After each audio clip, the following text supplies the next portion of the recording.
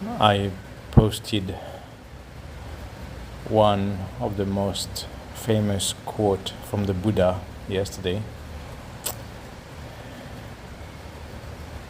which is the one that is known as what he would have declared or announced after his enlightenment. So we can touch again a bit on that big word in Buddhism, which is the Enlightenment, Nibbana or Nirvana, famous Nirvana. But at the same time, again, there might not be so much to say about it, because as such and for what it is something that, as one definition says, is beyond the mind and matter, and as such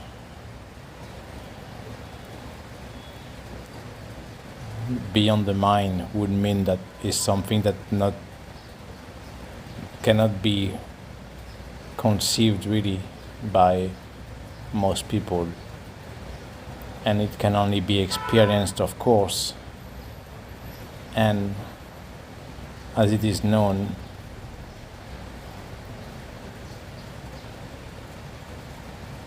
it only very, very few people can experience that. I could say, unfortunately, and the reasons are quite clear.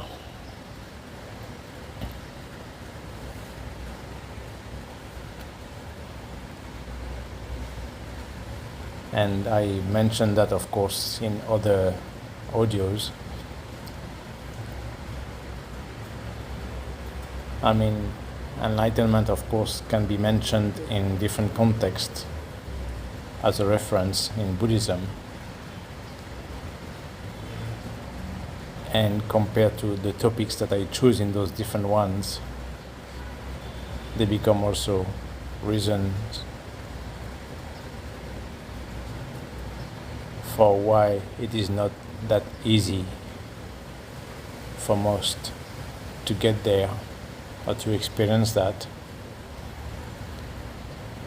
or also why it is still the main goal in Buddhism, at least in the Theravada tradition.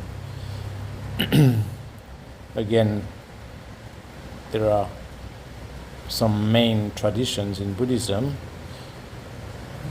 Many people think of it just as they watch the Dalai Lama, and it is actually the Mahayana, Vajrayana as Tibetan tradition, and there are some differences, while actually that came quite later on with what they call the Guru Rinpoche, maybe 1,000 years after the Buddha, actually. So the original tradition in Buddhism is called Theravada,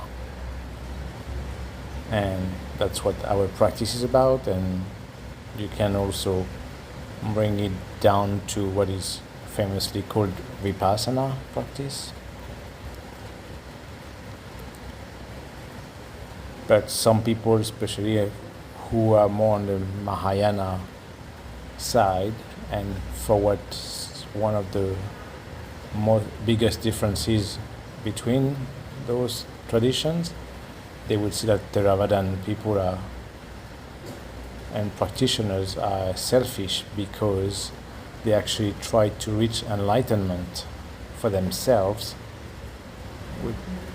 while in Mahayana they are supposed to wait and decide purposely to be reincarnated over and over until everyone can be liberated and reach enlightenment in some ways, which is probably a very utopic way and somewhat a wrong assumption that this could happen anytime, because as I've explained in other audios too, and whatever existence is about, whatever the arising of phenomena and the passing away of phenomena is about, which is our main rule of existence in Buddhism. And things go through cycles. So I don't see where in time there would be a point where all humans can reach enlightenment and become liberated. And as we see again in the everyday reality of life now, they rather go the opposite direction, right, for the greatest majority. And that's pretty much what happens, and that's why there's always a constant evolution through various cycles that never stops in the infinity of time.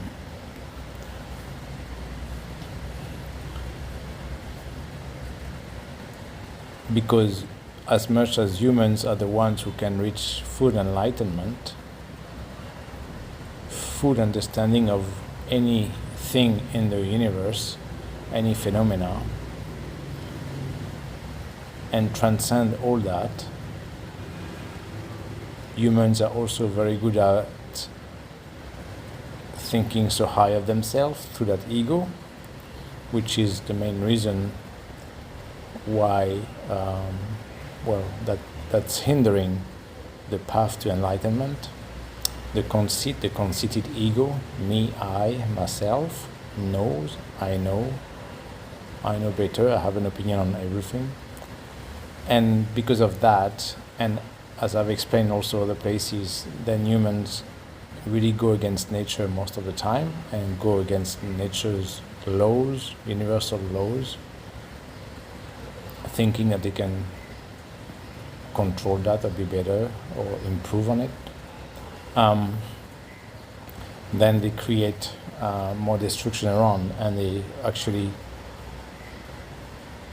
progress themselves, the humanity, towards self-destruction and self-extinction over and over and over each human civilization around. That's what they do. But the human existence is also the opportunity to reach enlightenment. So there it is first, anyway, the biggest obstacle to reaching enlightenment is that conceited ego, which goes with what we call the wrong view, and that's also part of the 10 fetters that we say a human should erase over time to reach full enlightenment. And the first fetter is that wrong view, which is the false idea, the very delusional idea of that illusory self, me, I, as an entity, as a kind of solid entity that just cruises through life, its existence, as one thing. There is no such things, because everything is impermanent, everything is constantly changing, and that so-called self-entity is also something that's constantly changing, evolving billions of times per second in many ways. Again, I've explained before, one way to look at it simply is what you call me and being alive. Your aliveness only means anything just thanks to those billions and billions of biochemical reactions happening per second.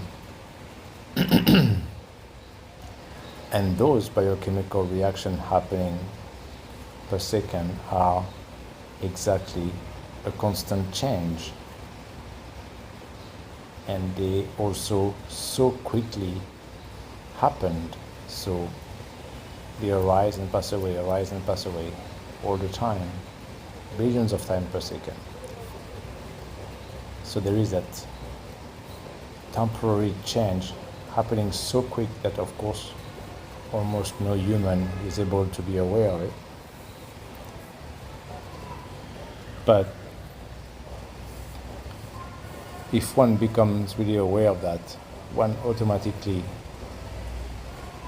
sees and experiences the ephemeral, very temporary and constantly changing nature of what is so-called a human being. And that's exactly the proper insight that we talk about in Vipassana, of our true nature. And automatically, with that experience from within oneself, one at once understands that there is no real, solid,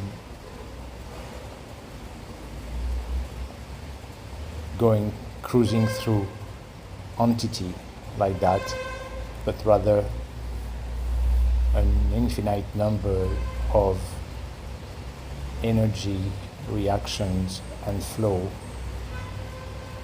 that happen all the time, which one is not in charge of or not in control of. Again, it's not about the God thing, it's just about the Dhamma, the law of the universe, the law of nature, that are in charge of that existence in that way.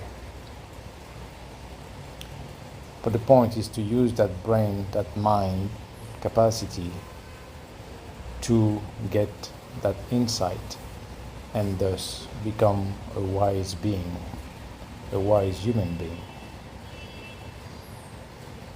And for that, also in Theravada, we like to say that there are 4 stages of enlightenment.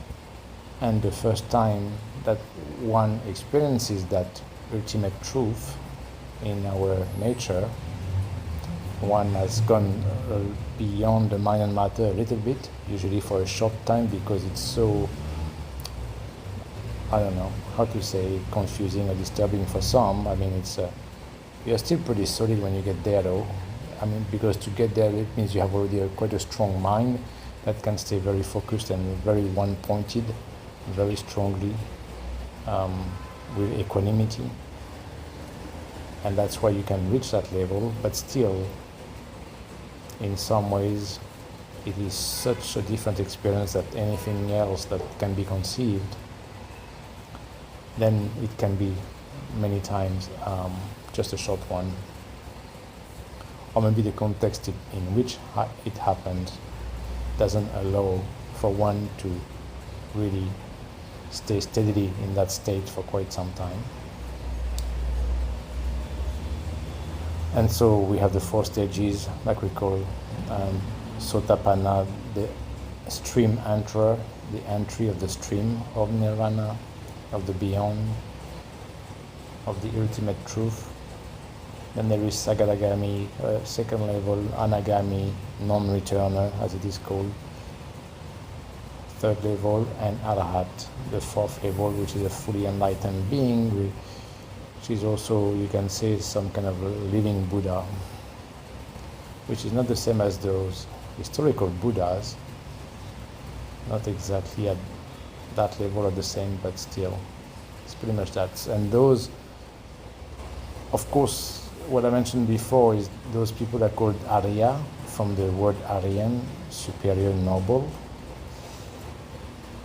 And those people are not considered like regular humans anymore. So in those Buddhist cultures, they can have different words for them.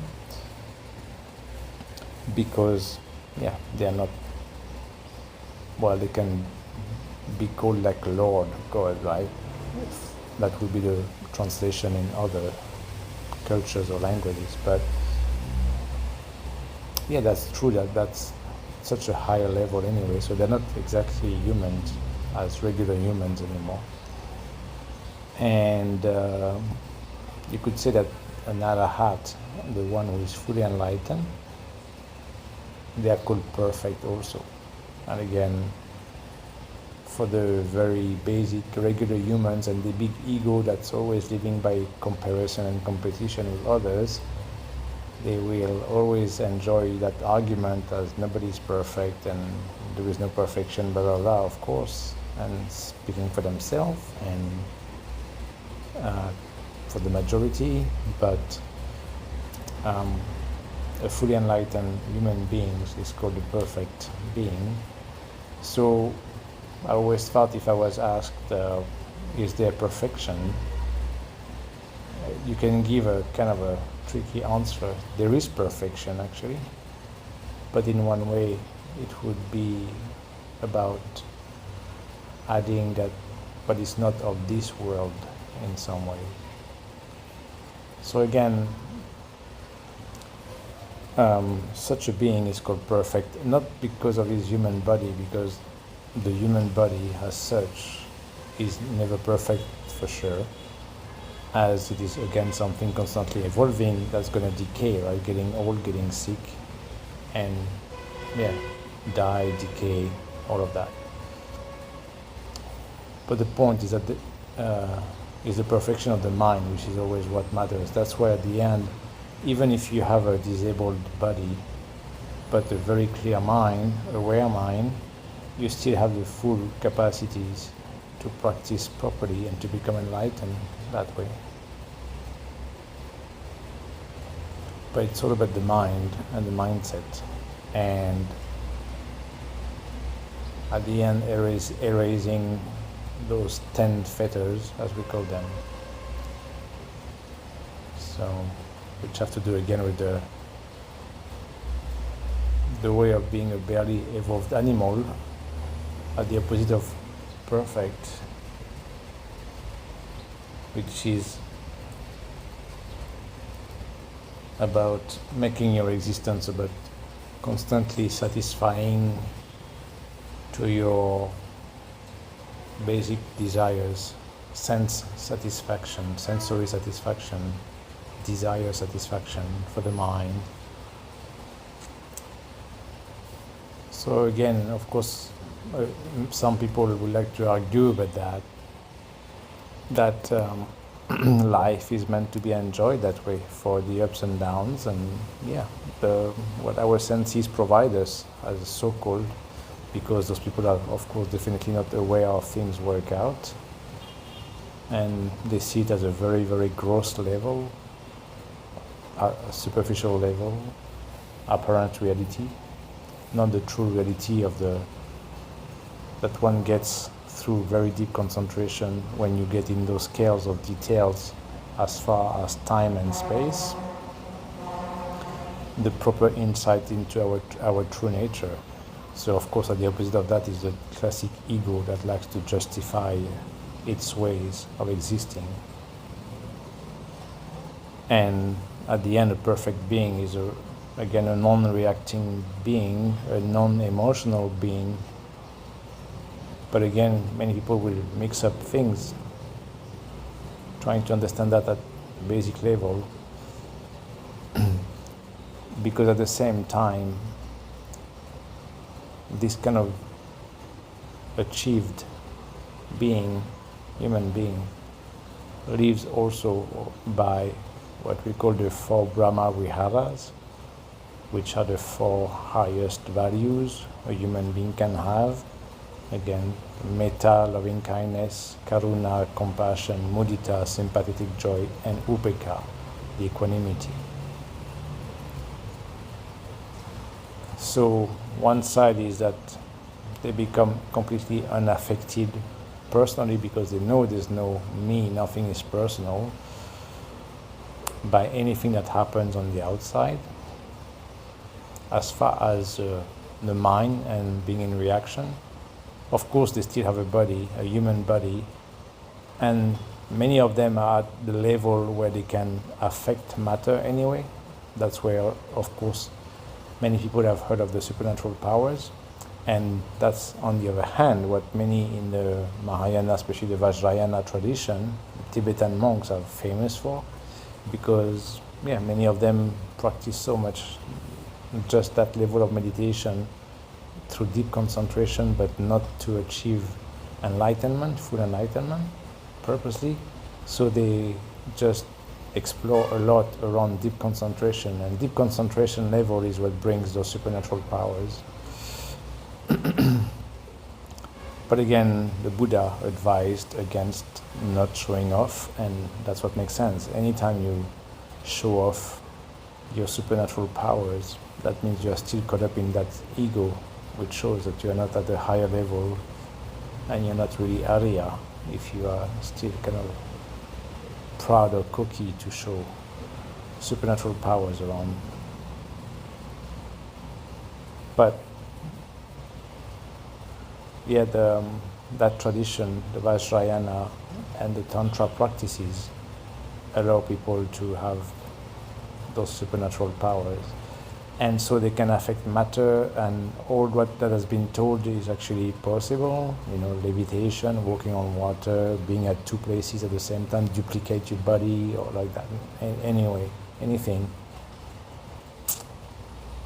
But at the end, that doesn't really matter. It's not the main point. The main point is to become perfect in mind, which means to not have any negative thing, any wrongdoing, any unwholesome thought or action. And the point is that the body can still, of course, will become old and decay, and but they can still control something. Some things are known sometimes about, like non-sweating, non-sleeping anymore. Of course, is part of it too. But the body can be affected physically because of the physiology, even though they have the means to. Some have the means to control how matter interact or energies interact, and they could change it. But the point is that you don't mean to go against nature again in that way. So you just accept whatever happens because it's part of karma. The point, exactly by becoming a perfect human being as Arahat, fully enlightened, is to have completely stopped basically the karma. You have gone through all your past karma. It's not that you erase the karma because whatever happened, but you don't create any more karma. So you stop the energy flow. And that's what, again, enlightenment is about. As I mentioned before, it becomes a flat, steady energy flow, but it's not agitated anymore. So when you are in a state of enlightenment, which doesn't mean that those people are all the time, that's why they still have a body and they still do daily activities, but when you are in a state of enlightenment, that's again where there's no vibration anymore. The flow of energy has flattened.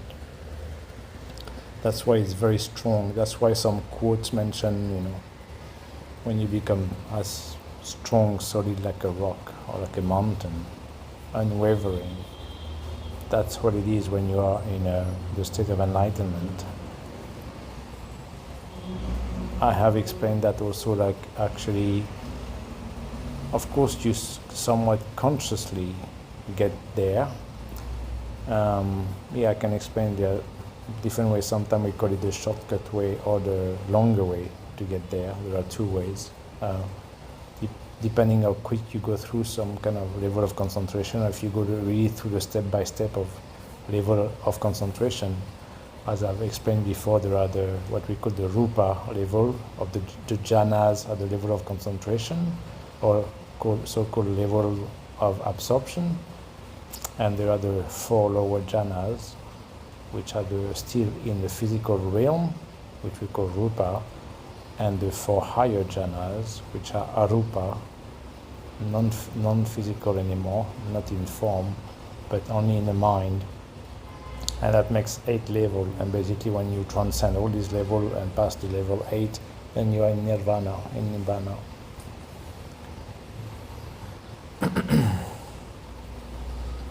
But then, again, when you make that transition of no more thinking, no more mind activity anymore, that becomes totally a different realm. And that's where, of course, it's not possible to explain that rationally to anybody. But there might be, you could say, like a feeble trace of awareness, if there's a word that could be adapted.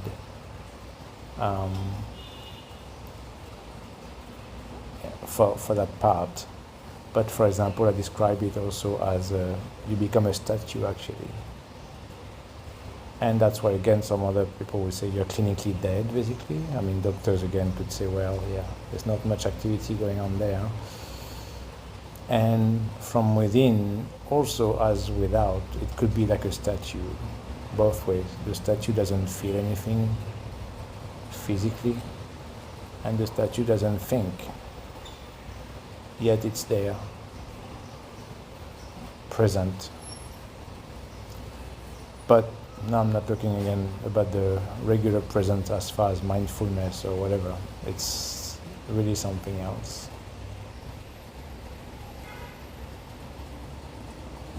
And so that's why also enlightenment is called, or nirvana is called, the place where nothing vibrates anymore, no more energy flow like that. But also called the unconditioned. That's another word to define it, right? So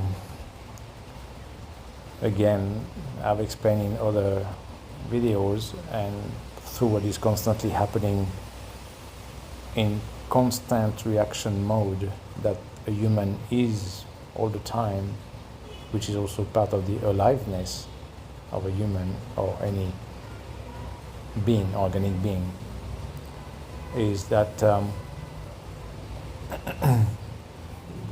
you have the 5 khandhas, the steps of contact with the sense door and the sense perception and reaction, and it's constantly like that. And that's what is called conditioning. And again, that's why most people who talk about freedom, they still have no idea what true freedom is, because you are never free from yourself. You can say that you are free physically from whatever, this place or these people, from jail, but you're never free from your own mind that way, because your mind is always in constant reaction mode to its environment, to what it receives and perceives through the senses, and that's what makes you conditioned all the time. But then again, there is a point that can be reached beyond the mind and matter in that sense, when there's no more sensory perception, you could say, from the mind, and there's no more thinking or emotion in the mind, and everything becomes flat, and that's called being unconditioned. Or the void, again in Mahayana they mention a lot the void, the ultimate void, like that. So in some ways too, becoming enlightened is like overcoming and transcending your nervous system both ways, physically, mentally, and basically it's transcending your sentience side.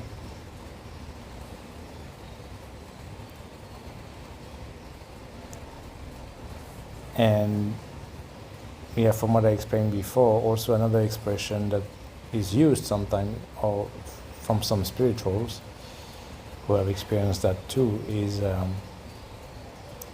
so it's like dying before dying. So that's why when I mentioned before in an audio death,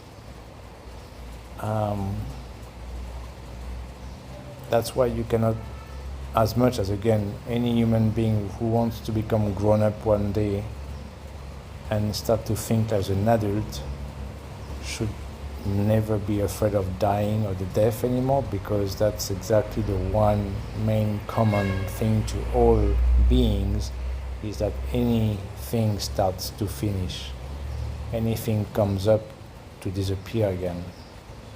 rise and pass away, always, any phenomena, and we are all born to die. So again, the most basic rule of life and existence seems to be a problem for so many humans. That's pretty amazing. And that shows the level of maturity of the greatest majority of humans. But then, if you can experience enlightenment, as I gave the example of becoming like a statue for real like that, it's experiencing dying before dying, it's like consciously. But of course, it's nothing to do with suicide. Again, not going there, but suicide is not so good in many ways.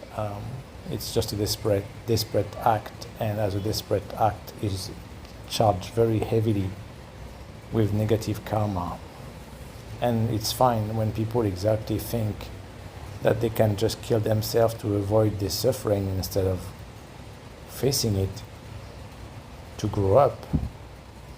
And because they don't believe in reincarnation, they're just fine, except that unfortunately that's why they become reincarnated in lower realms of existence, or like animals at least, or worse. And again, that's why there are more and more beings on those planes of existence, the lower planes, because both of just a regular way of many people live their life, which is a very selfish way and self-centered way, all about ego, never have managed to grow into wisdom to understand our true nature, which is opposite of ego and no self. So as long as you make your whole life all about self and me and what my wants and needs and likes, then you're pretty guaranteed to be reincarnated at a lower level, or at least if you're lucky enough from past karma to still deserve more human lives, it's not going to be some pleasant lives. And then there are the people who just completely break down and kill themselves or kill others, and then it's really bad that way. And that's why there is more and more violence around in the world too, and more like negative, heavy, dark energy around. But again, it goes with that situation, as I meant earlier, also for every human civilization around.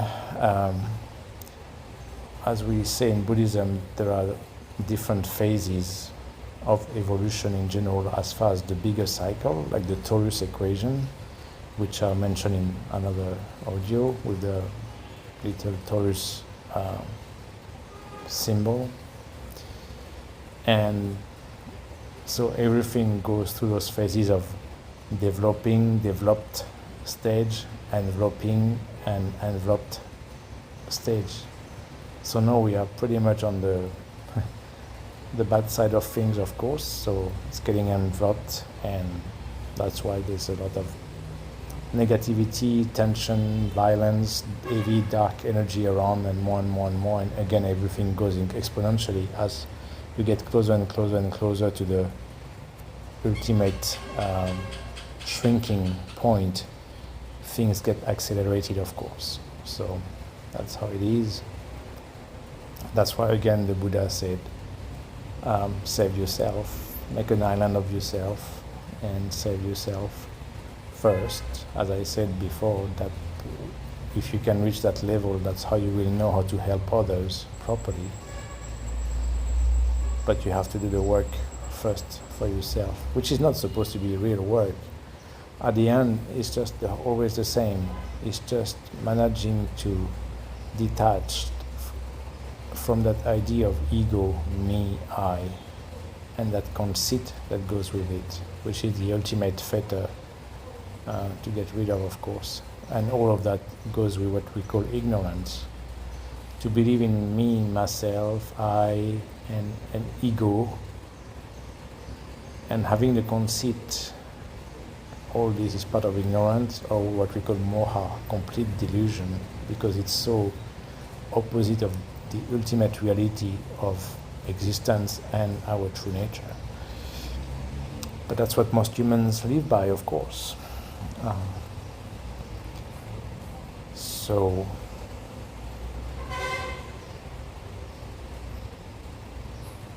that's some things I can say about enlightenment. Ultimate goal, of course. After that, of course, many people like to phrase it different ways, and I mean, so overused and abused word, of course, because it's so ultimate. Only to confirm the very classic, conceited, proud, ego-centered attitude of so many who likes to use and to throw that word in a conversation or in the teachings or whatever, or in the title or whatever the field they're supposed to work on, enlighten this, enlighten that, and all the other people who think they have experienced enlightenment. That's where there is a problem too, as I explained before. So there are, you could say, the shortcut. So if you are predisposed, let's say karmically, thanks to what we call the paramis from your previous life, which are the good quality that a person should develop, 10 good qualities, some tradition put 6, some 12, whatever. But you should develop all the good side, all the good qualities a human can have, and if you develop them, then you guarantee yourself for a better existence and better skills later on. So if you have good paramis, good qualities that you have developed from previous life, you have a good karma in the next life, and that can predispose you to go pretty fast on the right path and to achieve quite quick higher levels. So when you get into the practice and you start to be in the practical mode of Buddhism through meditation and concentration, with good awareness, good equanimity, then you will go through the stages. You won't even experience so much the different jhanas, different level of absorption or concentration, but you will just reach pretty quick. I mean, you can start and then, it goes pretty quick to nirvana. Otherwise, some people need to practice step by step and be patient through those 8 phases or 8 stages. Depends. And it depends on the time too. Sometimes you might go quick and sometimes not so quick. But the point is that already the first couple of jhanas, the first couple of level of concentration are already something a bit special. That means that you start to have a little bit control over your mind and over your attention, and you manage to keep your attention focused on one point, classically the breath, or the way the breath comes in and out, right? It's a classic practice. Or some objects, because again, the Buddha had given 40 objects of meditation. It's not, the breath is the most universal classic for anybody, of course, but and that's something you can practice anytime, anywhere, because you are breathing all the time. So if you can focus on your breath at any given moment, that's the basic practice. And then, if you start to manage to control that attention focus point for some time, you start to experience different states of the mind, and especially if you get in the second one. But then the problem is that some people start to think that they have also already reached a higher level with that, when it's only like the second level of concentration. And also, especially if things work good enough for you, and as I've explained before, what makes the difference between 4th and 5th is exactly from being still in the form part or the physical part and moving into the formless part, non-physical anymore, only in the mind. That is already not so common and not easy to reach. But then if somebody experiences that, you suddenly feel like you're kind of leaving your body, right? Again, the famous out-of-body experiences. Some people have had suddenly, spontaneously, well, compared to different situations. Not to mention the near-death experience, right, of people who died for some time and get back to life. But that's kind of similar. So, again, back to enlightenment can be the practice and the experience of dying before dying. But if you experience that, then many people think that's it, they have reached enlightenment, but it's not that. They don't understand actually exactly the point that yes, you can first, as a main big thing, leave the body and not being connected mentally to the body anymore, as far as being receptive to the sensations that happen from physical contact of any kind, but you are still in the mind, and the mind is still a big chunk. And that's the point, that even though they're always interconnected and kind of course interacting, and that's how it works with the five khandhas, and they affect each other, but the mind is still a subtler thing, right? That's why we talk about six senses in Buddhism, of course. So number 6 kind of being the mind, emotion, thoughts, and where they come from, and everything. But it's subtler, of course, because there's nothing tangible anymore. It's not like a real physical vibration with a physical receptor to it on the body, compared to the 5 of the senses. So the mind becomes, you could say, trickier, subtler, and that requires again a very, very strong mindset in that sense, a strong focus, control of the mind to stay very steady. And that's why again we say that at the end equanimity is key, and it's all about awareness and equanimity. Those are the two main things at the end. So you practice whatever you practice, and you practice vipassana, and first you calm the mind, which is called samatha or samadhi also for the concentration. They help each other again. First you have to relax the mind, then you can concentrate the mind and learn to keep it more focused, one-pointedness, and then go deeper in concentration again. And that only works with equanimity, because as I meant earlier, you can reach a bit, it's clearly defined for whatever people go through when they go through the jhanas, and you can find that online, of course, nowadays. But then there's always a point again when people experience whatever they experience at different levels, different jhanas, and then there's a reaction to it. There's a stage that you can define as very blissful, but again, that's the point. People say that's so blissful, you're actually in reaction mode. Suddenly you're like, oh, I'm in heaven, right? The heaven thing. So blissful, so peaceful. But that's just one stage. And then you're already in reaction mode, so you're not equanimous anymore. That's it. You lost your stability of mind, you lost your concentration. Then you're back to zero, back to start again, start over. And that's why some people think that they have reached enlightenment at that level, but it's just, no, it's just like when things start to settle down as far as a body very, very relaxed and no strong sensation anymore, only tiny vibrations. But at the end, awareness and equanimity, and that's the point. Equanimity is the thing that will take you to the end, because equanimity, proper equanimity, is linked with that notion of not being attached to anything.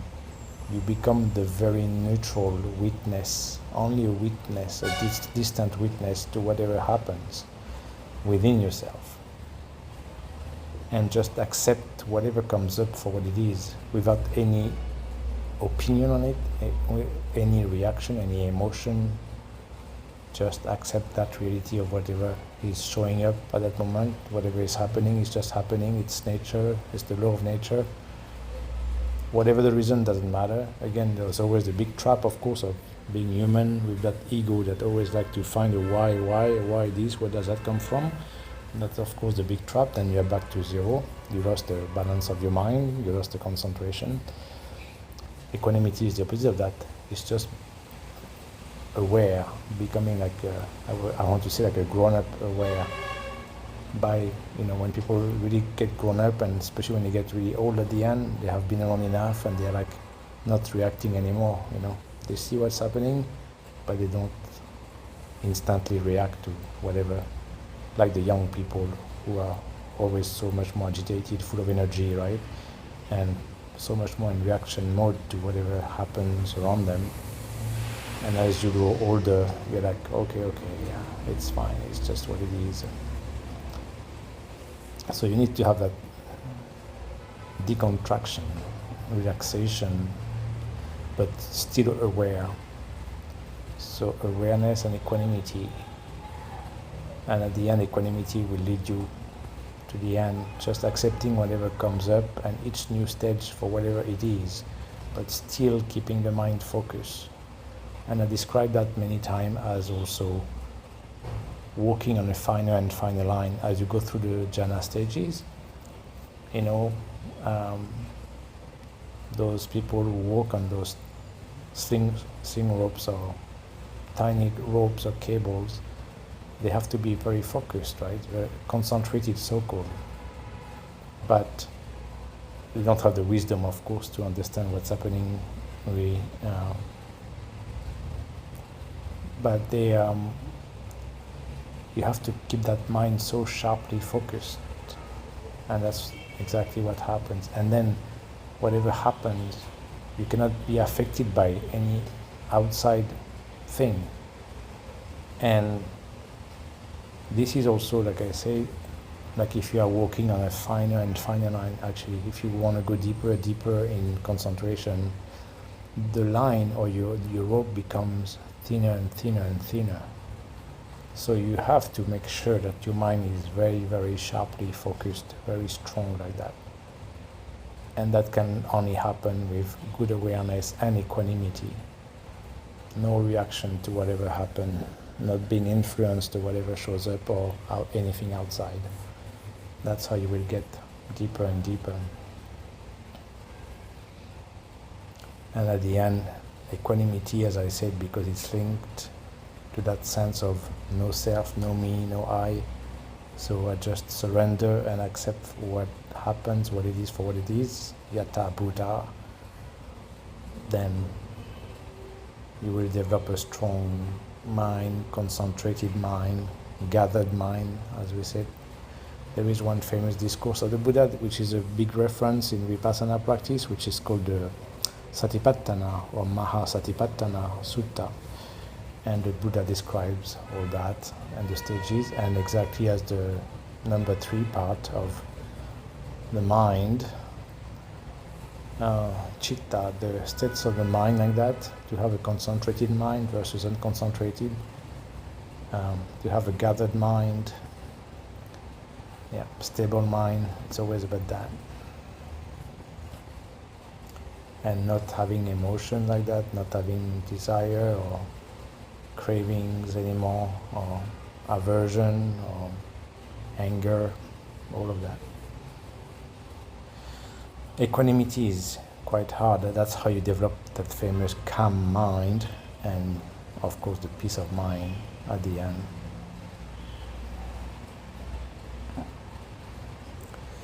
And if, of course, one day already at the first level, Sotapanna 3 mantra, if you experience Nirvana once, you totally will come back as a totally different person already, of course. Everything has changed so much. You have experienced something beyond, right? The real beyond of anything, of what a human could conceive. So you're completely changed altogether within your mind, body, attitude, approach to anything, on everything, because you have experienced the unconditioned and the ultimate, the no reaction at all towards the environment. Again, that doesn't mean that you have to become completely like dead, and afterwards, if you still deal with normal everyday life. That's why some people, I mean, that happens mostly to monks who practiced already in solitude, and that's why they seek that, they go in the right place, right? Solitude, in a cave or whatever. But it can happen to lay people, of course, some do that. And it's not, again, to go into what some, again, who don't know better, of course, but they like to think they know, and they like to call nihilist or whatever. It's not denying whatever everyday life is about, but you definitely know how to not be affected anymore the same way. You're not anymore in the classic uncontrolled, unconscious, instant reaction mode, like a good Pavlovian dog, conditioned reflex. No, you are aware of whatever happens around you and how it affects you, and that's why you should become aware of that gap in the chain reaction of contact, emotion reaction, or perception reaction, and then you can master that. But of course, you become a totally changed person, and people around you can see that anyway also. It's just a very different energy that radiates from a person who have experienced Nibbana at least once. But again, it's trying to explain what it is at the same time as many people like to say, of course, it's not, you can't really put words at the end because it's beyond the mind and matter. So beyond the mind means beyond the intellect, as much as, again, many scholars or whatever, intellectuals, people, they like to intellectualize and they think they have the means to understand, but it's just that we can use a few words with what we have in the vocabulary to explain what it's about. At the same time, it's something out of this world exactly to experience. It's definitely another dimension in that sense. And then you understand the universe and everything. Everything makes sense to you. And that's why, like we say again, many people are, we talk about all the answers. You can get all the answers you want, yes, but there's another good quote, Zen quote also, that it's not that you get or receive all the answers that you seek, but it's that you drop the questions. And that's a good way. By practicing equanimity, again, just like a good old wise man, you learn not to be so attached to whatever is. You just accept it for what it is, and you don't try to think the why, which is the compulsive disorder of so many scientists, as far as considering themselves as experts, and they think they know, and that's why it's so hard to get any scientist to become a good meditator, besides the ones who know how to combine both sides. But it's because there is always that inquisitive, busy, agitated mind of the why. I want to know rationally why this happens, how does this work, how this connect and influence each other. So, but at the end, it's just surrender, the pure surrender, acceptance of what is for what it is, with awareness and equanimity, but awareness, witnessing the wise, neutral witness of what is. Then you will understand in time. Let everything come up naturally again. Don't try to force. And the more you relax, the more you surrender and accept what it is for what it is, that reality for what it is, the more things will come up naturally. And again, equanimity, accept whatever comes up, no matter how strong emotions or strong physical sensation. Understand, like we said before, the practice is also like any scientist who conducts an experiment. He's not attached emotionally, like physically, to his experiment. He can detach from it. It's not him what his experiment is about. So you have to manage to take that detachment, to be the scientist outside, observing what's happening within your body and your mind at any time as you go through concentration at different level, but have no attachment, no emotional attachment to it. And ultimately you will manage to actually detach physically from your body, like that, from your senses and sense receptions or perception, and then after that you can detach from the mind also, emotion, thoughts, until a point where everything can become so still, pure stillness, void, no more vibration, totally unconditioned by the environment.